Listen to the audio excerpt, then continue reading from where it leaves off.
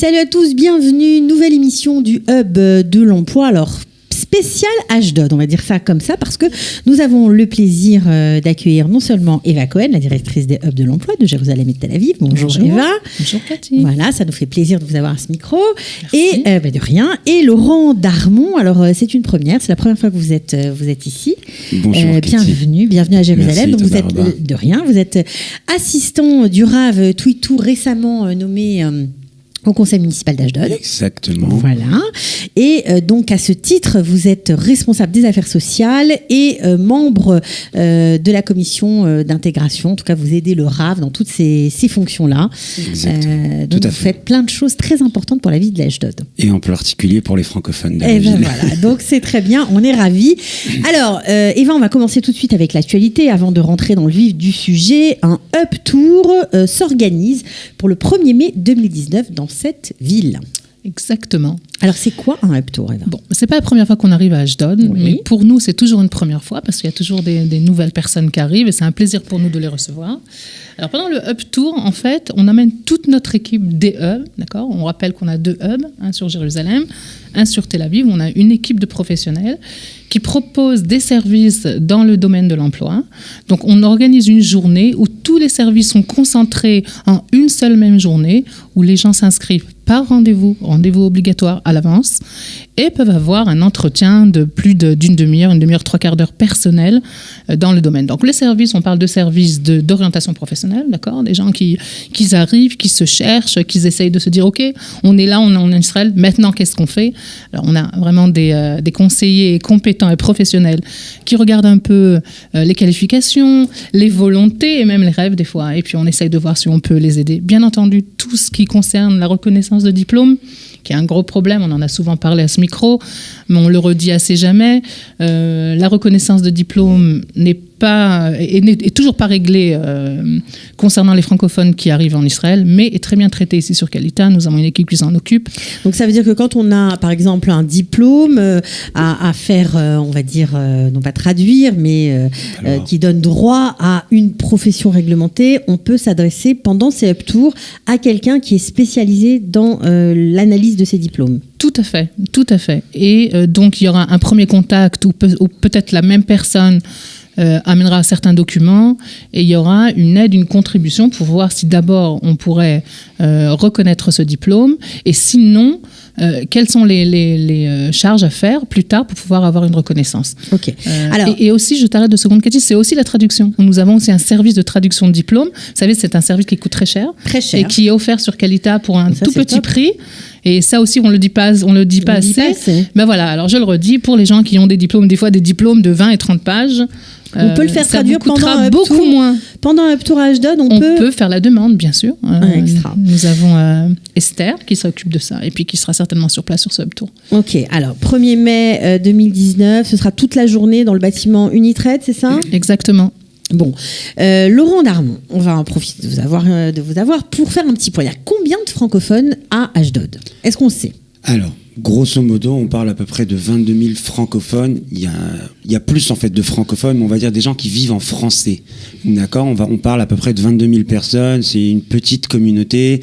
Ça représente à peu près 8-10% de la ville. Beaucoup d'entre eux travaillent encore en français. Ça veut dire quoi ? Dans les call centers ? Exactement. Okay. Exactement. On arrive en Israël, on a besoin de travailler dès le premier jour. Ouais. On n'a pas encore fait son ulpan.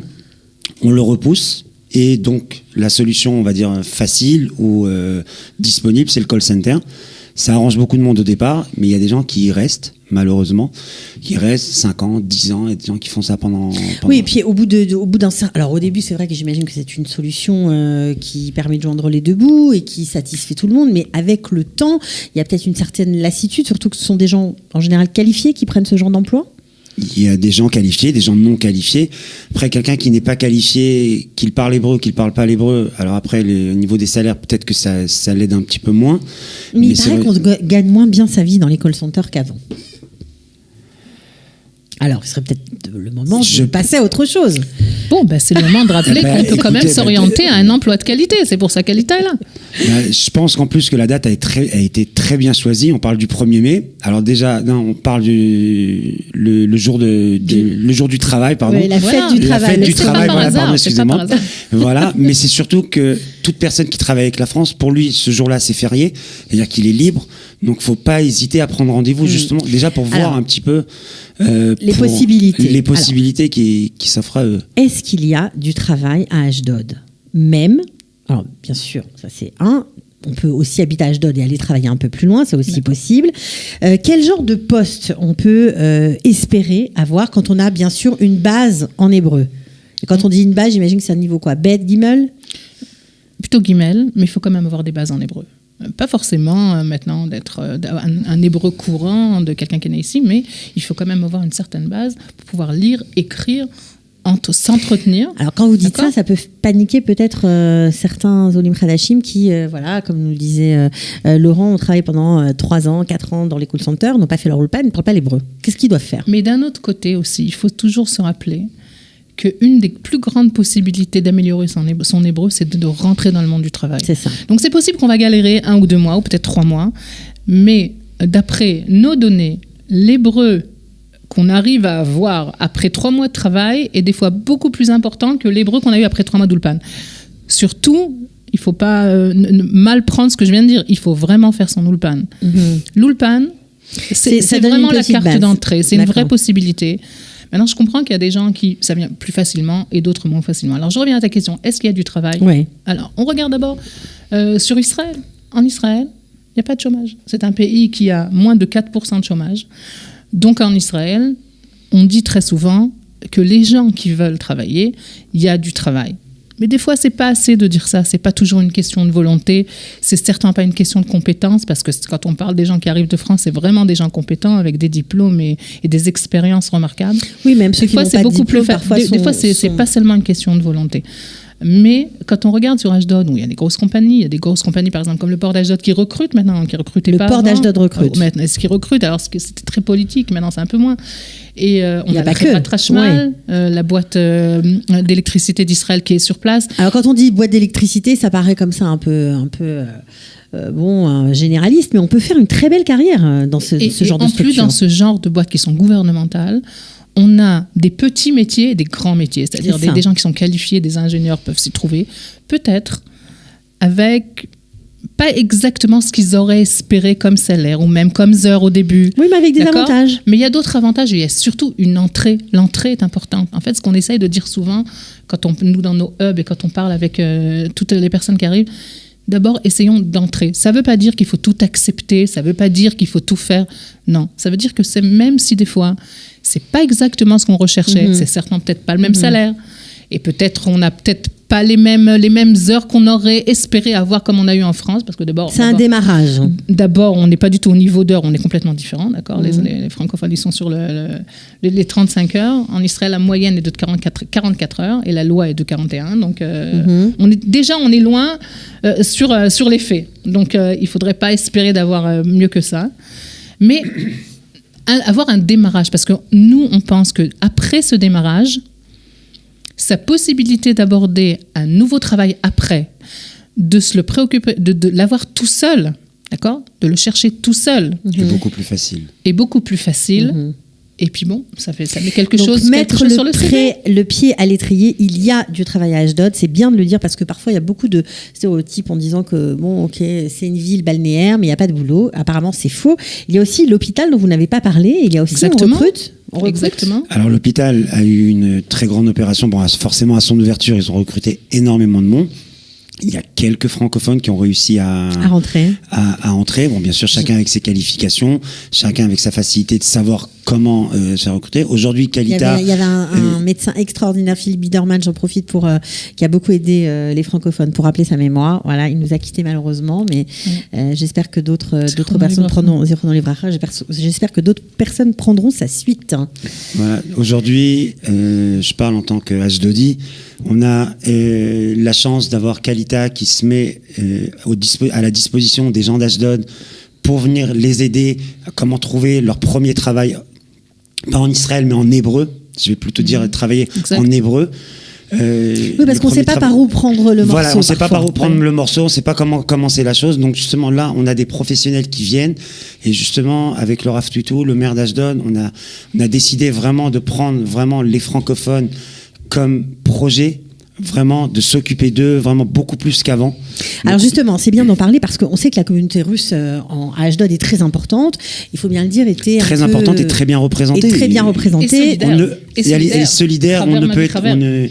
Il faut être jaloux d'eux, mais dans le bon sens. C'est-à-dire qu'il faut voir ce qu'ils font et personne n'invente la roue. Il faut tout simplement essayer de copier. Ils sont très bien représentés, ils savent très bien s'entraider. Dès qu'il y a une info, elle passe. Là, aujourd'hui, quelqu'un qui entend pour le 1er mai, il sait qu'il y a le Up Tour. Même si lui, il a du travail, il doit prévenir son entourage, il doit faire passer la chose justement parce que c'est de là commence... J'ai envie de dire la Havat Israël, c'est même si nous on a du travail, mais derrière il y a peut-être quelqu'un qui en a pas, et il faut absolument l'aider. Il faut l'aider. Ok, alors justement, vous parliez du maire. Je crois que le maire s'est rendu au salon de l'Alia à Paris et il a été assez impressionné par les francophones. Alors alors c'est pas seulement le maire qui est parti à Paris. On a été une grande délégation. Relativement grande, on était 6 personnes sur le stand d'Ashdod, entre le maire, le Rav Tuitou, la responsable de la Clita, on a eu aussi Orit, la coordinatrice de l'Alia de la mairie, qui était avec nous, et on a vraiment fait on a été très impressionnés par les candidats à l'Alia qui s'intéressent énormément à la ville d'Ashdod. Alors bien sûr, s'intéresser parce que quand on vient en vacances, on a peut-être la plus belle plage d'Israël, mais ça suffit pas pour vivre demain. Il faut des écoles, il faut du travail, et c'est là exactement ce qu'on essaye de faire aujourd'hui avec Kalita, en vous accueillant à bras ouverts pour justement aider les francophones qui sont là, pour donner aussi un petit peu d'espoir à ceux qui veulent venir par la suite, sachant que j'espère que ce hub c'est le 2e. J'espère qu'il y en aura d'autres et même pourquoi pas avoir un hub qu'à voix peut-être après une présence, une représentation permanente, une représentation vraiment permanente sur Ashdod pour pouvoir aider les francophones. Je te corrige 2 secondes, c'est plus que le 2e. On a fait quelques hub tours sur Ashdod, mais comme on en parle, on a toujours beaucoup de difficultés à emmener les gens à nous. C'est-à-dire, on fait une très grosse pub, une très grosse com, et puis au bout du compte, les gens ne s'inscrivent pas, on se rend compte qu'il n'y a pas assez d'inscrits, ou pire, il y a pas mal de gens qui s'inscrivent et peu qui y arrivent. Qui arrivent au bout du compte, mais nous, on est là avec tout notre sérieux pour pouvoir offrir le plus de possibilités.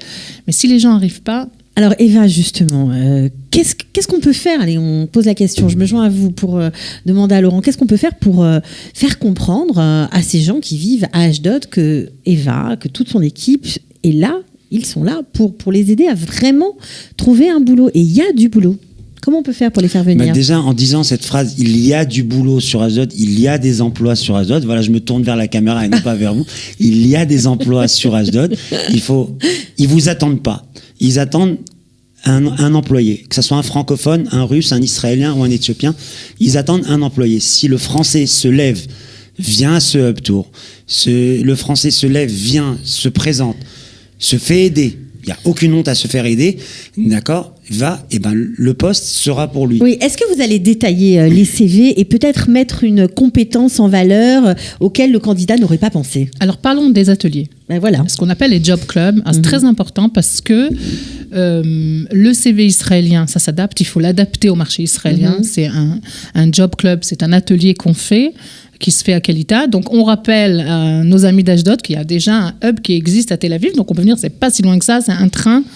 Mais aussi, on peut emmener nos ateliers sur place sur Ashdod. S'il y a un groupe de personnes qui veulent faire un atelier, donc dans comment avoir un CV, et puis aussi un entretien d'embauche. D'accord. Comment lire une annonce le patron israélien, c'est pas forcément le patron qu'on a vu en France. On a souvent des petites astuces et des petites histoires rigolotes des gens qui viennent nous raconter les différences. Mais au bout du compte, de reconnaître les différences et de savoir qu'elles existent et de s'y préparer, ça serait déjà pas mal. Donc c'est aussi un autre atelier. Et donc tu le citais aussi, Cathy, comment chercher du travail? Parce que d'abord, de dire qu'il y a du travail, c'est une chose, mais il faut le dire vite. Au bout du compte, sur chaque poste, il faut toujours savoir qu'il y aura 400, 500 et 600% de candidats. Donc, il faut le dire rapidement. Mais il faut aussi savoir comment trouver du travail. Donc, c'est un atelier qui s'appelle « Comment chercher du travail » et aussi comment s'adapter à ce même métier. Il faut comprendre qu'un CV, ça s'envoie pas comme ça. On doit adapter chaque CV à chaque offre pour être sûr d'abord d'avoir un premier entretien. Pour mettre en valeur ce que l'employeur recherche. Pour avoir sa première chance. Donc, ça demande aussi un effort qu'on a à faire. Ce que vous ne dites pas, Eva, c'est qu'en plus, vous faites un travail avec les employeurs derrière. Voilà, ça, c'est très important. C'est vrai. Alors, ça aide énormément. Ça veut dire que les CV ne vont pas à la poubelle quand on sait que c'est envoyé par Qualita. Exactement, Cathy. Donc, le troisième service après l'orientation professionnelle et la reconnaissance de diplôme et le placement en entreprise. Qualita a placé jusqu'à présent, ça fait 2 ans que les hubs d'emploi existent, d'accord, celui de Tel Aviv, quelques mois seulement, plus de 550 personnes placées en entreprise. Ça fait 550 familles qui font du boulot, on va dire ça comme ça. Voilà, et puis une grosse partie de ces placements sont le résultat d'un travail précis vis-à-vis ces entreprises. Nous avons un lien avec les entrepreneurs, donc, qui est géré chez nous par Réhouven, qui a été sur ce micro aussi pas mal de fois, où on entretient une relation permanente avec des grosses boîtes israéliennes, des petites, des moyennes, mais aussi des grosses, d'accord, même comme Elal par exemple. Et on recherche pour eux les meilleures personnes pour ce travail. C'est un service qui leur est proposé complètement gratuitement. Nous, d'un autre côté, on fait tout un travail de préparation des candidats pour, au bout du compte, avoir une seule chose, qu'ils aient leur chance. D'accord ? Donc, on fait tout un travail d'intérim qui est pratiquement gratuit pour ces boîtes, mais pour leur dire, OK, donnez-leur leur chance. Et les résultats sont très bons. C'est-à-dire les échos qu'on a des gens qui ont, au bout du compte, qui ont reçu ces candidats qui ont été envoyés et triés et préparés par notre équipe, on a de bons échos. Donc, c'est ce qu'on essaye de faire, ce qu'on voudrait faire aussi sur Ashdod. Je t'avoue, c'est pas facile. Mais il faut commencer par quelque chose. Il faut bien commencer, c'est sûr. Alors justement, puisque le 1er mai 2019, il y aura un Hub Tour Ashdod, je vous donne l'adresse email pour vous inscrire. contact@qualita.org.il. Vous vous inscrivez et vous venez, vous mettez cette date dans votre agenda et vous ne ratez pas cette occasion peut-être pour vous de changer de voie et de trouver enfin le job de vos rêves. Alors, est-ce que le Rav Twitou a mis comme priorité cette année eh bien, l'emploi? Alors, parce qu'il a beaucoup de travail, le Rav Twitou. Il a beaucoup de travail, le Rav Twitou. Il gère déjà 2 communautés. Depuis le 1er novembre, il est devenu conseiller municipal. D'ailleurs, c'est pour ça qu'il m'a embauché. C'est parce que quand il a vu la masse de travail. Donc, j'essaie de l'alléger au maximum. L'emploi, c'est pas forcément sa première priorité, mais c'est la clita des francophones. C'est-à-dire, l'emploi, bien sûr, la clita d'un francophone, l'intégration d'un francophone, bien sûr que ça passe aussi par l'emploi. Mais il y a aussi l'éducation, il y a aussi le logement. Et tous ces pôles-là, le Rav Twitou a décidé de les mener de front, de les prendre et d'essayer d'aider au niveau local où il peut, d'accord, et justement d'aider. C'est justement pourquoi on est là aujourd'hui. Il y a aussi d'autres choses qui sont faites au niveau de l'éducation. Bon, ça sera peut-être pour une autre émission, ça on en parlera peut-être un autre jour. Mais oui, les francophones sont bien sûr la première préoccupation du Rav Twitou au sein de la municipalité. Bon, alors je pense que vous allez faire du bon boulot. En tout cas, on va essayer. J'en suis certaine. Je suis sûre que ça va marcher. Le 1er mai, on vous attend. Voilà. Ok. Eh ben, merci beaucoup à tous les deux d'être venus. Merci, Cathy. Et Batzlacha, à très bientôt. Merci, Cathy. Ciao. Comment travailler en Israël? Où trouver une formation, des aides et des conseils? C'est au Hub de l'emploi.